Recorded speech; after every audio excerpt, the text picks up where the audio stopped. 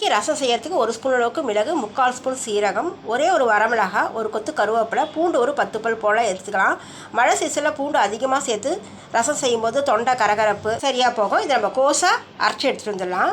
இந்தளவு கொரகொரப்பாக அரைச்சி எடுத்துனதுக்கப்புறம் ஒரு பாத்திரத்தில் நம்ம இதில் எந்த அளவுக்கு ரசம் செய்ய போகிறோமோ அதுக்கு தகுந்தப்பறம் கொஞ்சமாக புளி, 2 தக்காளி, ஒரு கொத்து மல்லித்தழை, கருவேப்பிலை சேர்த்துட்டு மஞ்சத்தூள் சேர்த்துட்டு ஒரு 1.5 ஸ்பூன் அளவுக்கு உப்பு சேர்த்துட்டு நம்ம அரைச்சிருக்கிற இந்த விழுது எடுத்து ஒரு பாதி அளவுக்கு சேர்த்துட்டு நமக்கு எந்த அளவுக்கு ரசம் தேவையோ அந்தளவுக்கு நம்ம தண்ணி சேர்த்துக்கணும்.